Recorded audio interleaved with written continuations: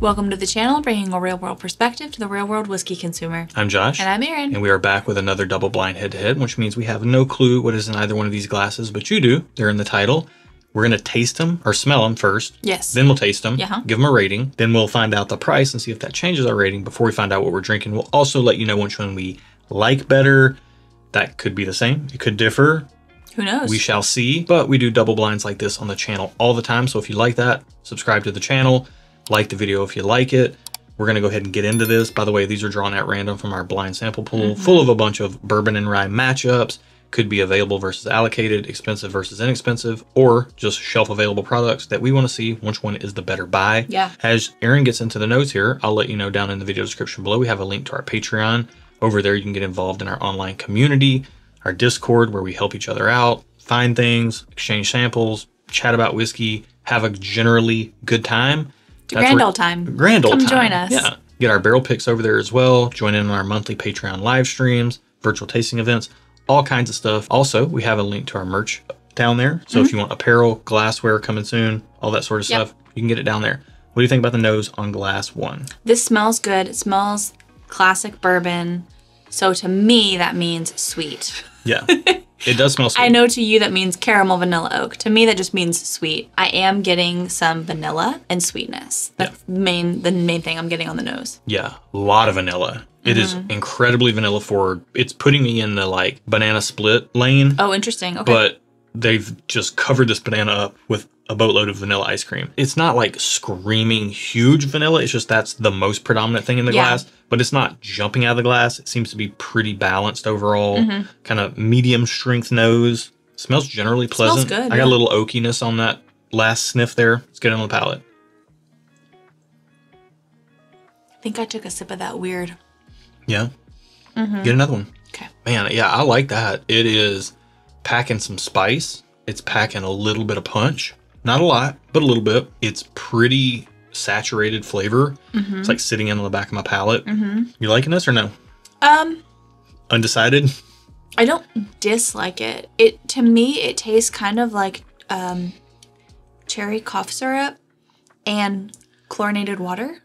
Okay, it has that kind of effervescence to it. Once you're saying chlorinated water, I'm getting that as effervescence. It's kind of got like this I don't know, effervescent sensation. Yeah, and I don't dislike it, but that doesn't mean I'd like it either. I'm kind of neutral at this point on it. Yeah. I will say what surprised me about that sip was that effervescence. That's not something you get on a lot of pours. Yeah. It's not necessarily a characteristic of a special bourbon necessarily, but it's just not something you get on everything. I will say that's different. It's a long finish. Yeah, it does have an alcohol edge to it on the nose and the palate. So if you are somebody that likes something that's generally easy sipping, this may not be for you. I tend to like a little bit more of a rowdy bourbon. You do. That's coming across this way. Let's get another sip. Okay. Okay, that tamed down a little bit. However, I think this is a decently high proof pour. Yeah, I think it's got some proof to it. Yeah. It's got a little nuttiness to it. Banana, vanilla forward for sure. Caramel, oakiness, spice. Yeah. A little alcohol tinge to it. I'm getting less cherry cough syrup on that. I guess technically my third sip. Yeah. But it is warm. There's like a little Kentucky hug going on right here. Yeah. It's got a lot going on. I enjoy that a lot. It seems, again, like a rowdy bourbon that's got a little bit of kick to it. Like if it were not too much. If it were a buck and bronco, yeah, it's not gonna like. If it were a buck and bronco, it's not gonna. I don't know. I've never ridden horses. I don't know what I'm talking about, anyways. But I'm just saying, like it's got a little bit of attitude, without being too crazy. Let's get into glass 2 on the nose.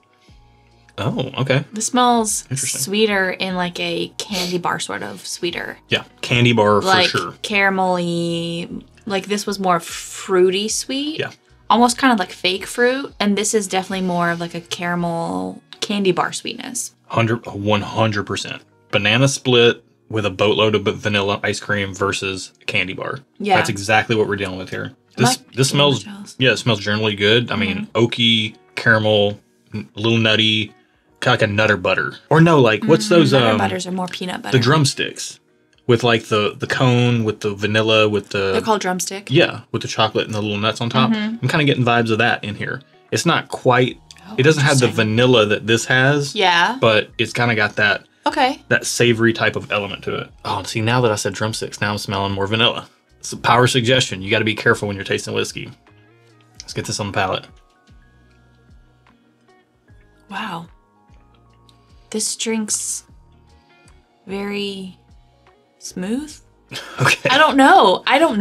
I need another sip. Take another sip. Okay. I think everything from the nose carries over to the palate.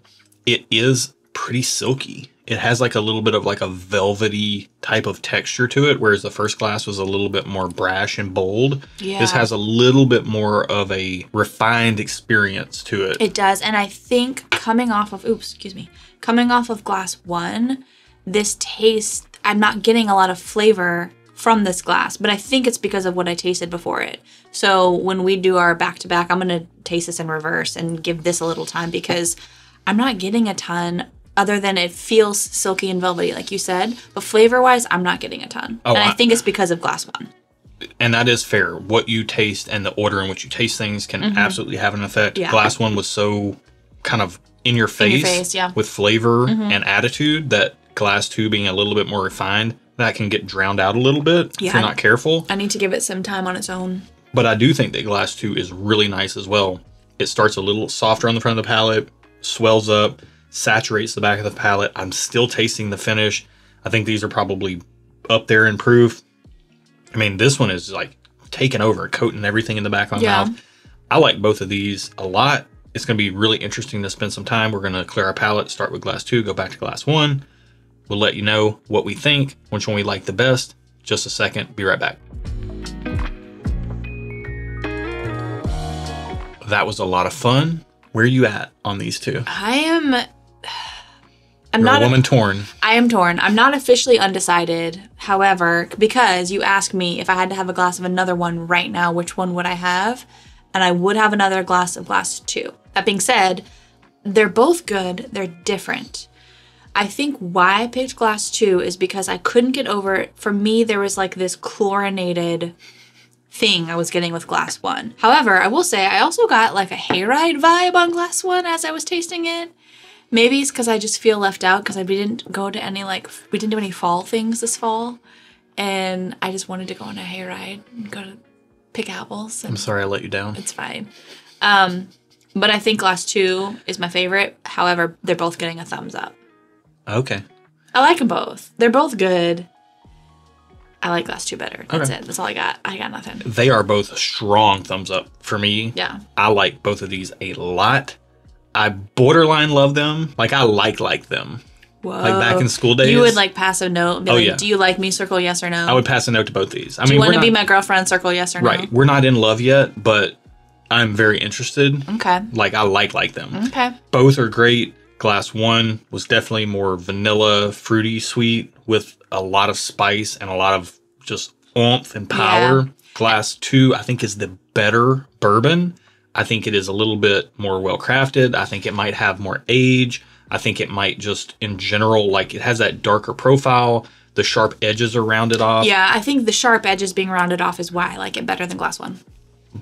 But I prefer glass 1. That's fair. That was the track I was on. That checks out for you. Glass 1's a little more rowdy, a little more fun. When I want a high proof, in-your-face bourbon with a lot of flavor, this is kind of the experience that I want over this. Although they're both really good. Again, they're both thumbs up. Also, I'm looking at your glass right now, and on both of these, I can see they're both sticking. Yeah, it's been several minutes since we took a drink, and they're still sticking to the glass. Yeah, so that's wild. I like both of these a lot. I'm very distracted by that. We're both thumbs up on both of them. Yeah, I like them both. We're going to find out price first, and then we're going to see if that changes our ratings before we find out what we're drinking. Man, these are very close to 2 thumbs up for me. If the price is right, I could be swayed. So to you, what do you mean when you say the price is right? In your mind, what are you thinking you would pay for both of these? I don't know. Like this proof level, like if they're under $60, I will be stunned. Okay. If they're under 80, I'd still be pretty surprised. If they're under 100, I wouldn't be surprised. If they're a lot over that, I'd have to think about things. So you wouldn't pay over 100 for them? I don't know. I don't know. They're both really good. What's the price on glass number 1? It's number 80? Yeah. It is $65. I'm really happy with that. Yeah. Honestly, for that price, I think you're getting If it's not high proof, it tastes high proof. It gives off the impression of a high proof pour. So if that's something you're looking for $65, if you can find it, we don't know what it is yet, that's a good deal. I'm happy. I took another drink at $65. I'm very happy with that. I'm staying thumbs up. Okay. You staying thumbs up? Yeah, I'm saying thumbs up. Glass number 2. Price? It's $70. I'm staying thumbs up. Yeah. I haven't even taken a drink of it. I'm staying thumbs up on that. Yeah, I think that's also a good deal. It does feel a little bit more refined. It's a little less rowdy. So if that's something you're looking for, if you don't love being bowled over by proof, this may be high proof. It doesn't feel high proof. It's just more polished. In a good way. Yeah. It's like it's done well, but not like hot. Right. It's either age or blending. Yeah. It's Now, a better product than Glass 1, I think. Granted, Glass we 1's don't a know lot of fun. if any of these are available, so let's find out what they are. Glass number 1, number 80 is Driftless Glen Single Barrel Bourbon. And it's 119 proof. what? That's Driftless Glen. That's Wisconsin bourbon. Wow. Justin and Paul Schmidt, thank you guys for that bottle. They sent us this? They brought us this bottle, yeah, when they were in town. Wow. So that means Glass 2. I think the only Driftless Glen we have is up against a Russell's Reserve pick. It's a Russell's Reserve Single Barrel, and it's 110 proof. I just picked Driftless Glen over a Russell You pick. did, and I picked Russell's. However, is Russell's is a wild turkey product? Oh, I'm so good, y'all. I'm kidding. By the way, we picked a Russell's and a Kentucky Spirit. Erin doesn't remember. She does not catalog whiskey knowledge. If you're new to the channel, hang on. Newsflash, I just did because I knew Russell's was wild turkey. Yeah. Well, hello. You ask it with a question mark though. But yeah. Doesn't matter. I still thought it. So, question. Yes. Driftless Glen. Yeah. Can you find it? Yeah, if it's in your market. We don't get a ton of it here, but there are some stores that carry it. Do you know how many markets it's in at all? I don't know. Okay. If it's in your market, you can find it. And that's that pick is good. Yeah. Man, I actually forgot this good. matchup. It is good. There is that chlorinated thing that was kind of putting me off to it. But again, like the value that you're getting for that price point, outstanding. I forgot the matchup was in the pool at all. Yeah. Like that's the benefit of having a very large sample pool. You forget what's in there. So when you're tasting stuff double blind, you have really no clue what you're drinking. Yeah. You get a really honest opinion of it. Now knowing what they are, strong thumbs up. Yeah. Sounds just right for both of these pours. So absolutely would recommend checking them out if you see a bottle of these in your market. I do want to note this was 119 proof. This was 110 proof. Yeah. And I do feel like that conveyed. Yeah. Yeah. 100%. If this video conveyed to you whatever the heck that means, think about subscribing to the channel. Yeah. Give it a like. Give us the old thumbs up down there if you don't mind. That would help a lot. Josh likes to say that, but I don't think he knows what that means. And hit the bell. We live stream once a month, and the bell will actually let you know when we're going live. It helps you a lot.